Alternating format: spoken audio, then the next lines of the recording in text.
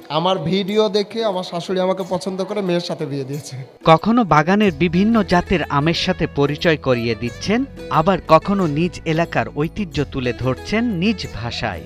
আঞ্চলিক ভাষার শক্তি যে কতটা প্রভাব বিস্তার করতে পারে তার এক উজ্জ্বল উদাহরণ হয়ে উঠেছে চাঁপাইনবাবগঞ্জের MAK মিলন।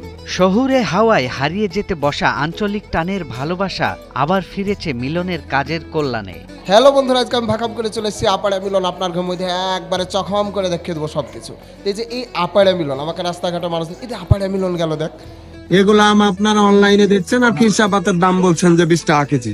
একদিন হঠাৎ শখের বশে নিজের এলাকার আঞ্চলিক ভাষায় একটি ভিডিও ডাবিং করে সোশ্যাল মিডিয়ায় পোস্ট করেন তিনি।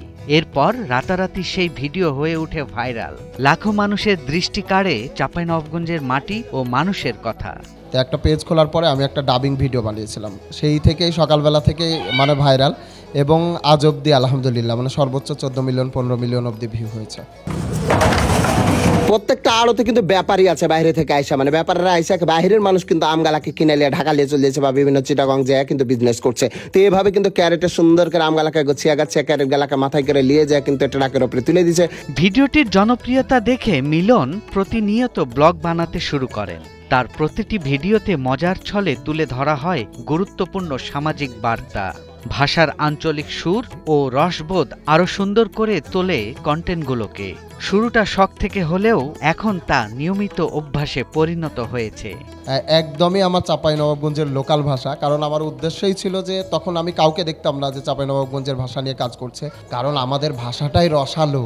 যখন আমরা বলি ভাকাম করে চলে যাব, ভক করে চলে যাব, চলে এনু ভক করে খাইয়ে লিনু, এই পোড়াগুলো ধর ধর ধর ধরবে।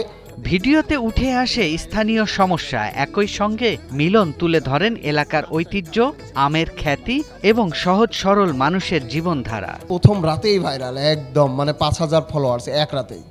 ইভেন চাঁপাইনবাবগঞ্জের ওসি MP প্রায় প্রত্যেক লেভেলের মানুষ সবাই শেয়ার করেছিল আমার ভিডিও। মানে এমনভাবে কথাগুলো বলি, আমার কাজ শুধু ভাষা নিয়ে না, তো আমার কাজ হচ্ছে যে এই জায়গাটাতে গেলাম, এই জায়গাটা কেন এত বিখ্যাত, এই জায়গাটা বিখ্যাত হলো কিভাবে, নামকরণ হলো কিভাবে, এই বিষয়গুলো আমি তুলে ধরার চেষ্টা করি।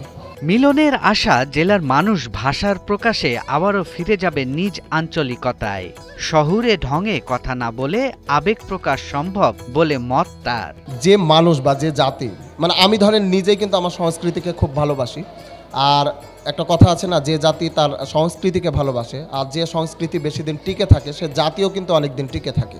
স্থানীয়ভাবে প্রশংসিত এই তরুণ এখন এলাকার তরুণদের অনুপ্রেরণা হয়ে উঠেছেন।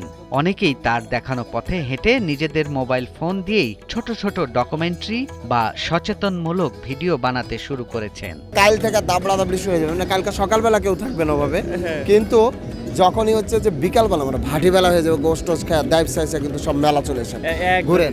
সোশ্যাল মিডিয়ার কল্যাণে গ্রাম বাংলার আঞ্চলিক ভাষা এখন আর পিছিয়ে নেই, এ কথা আরো একবার প্রমাণ করলেন MAK মিলন। দেশে জায়গা এই যে আম এখন লিয়ে চলে এলো আপনার পক্ষে করে আম। সৈয়দ রাশিদুল, 71, ঢাকা। সুন্দর করে ডালি সহ একটা স্লিপে কিন্তু লিখে দায়িত্ব পালন করছে ফের হাত দুলা ভাই।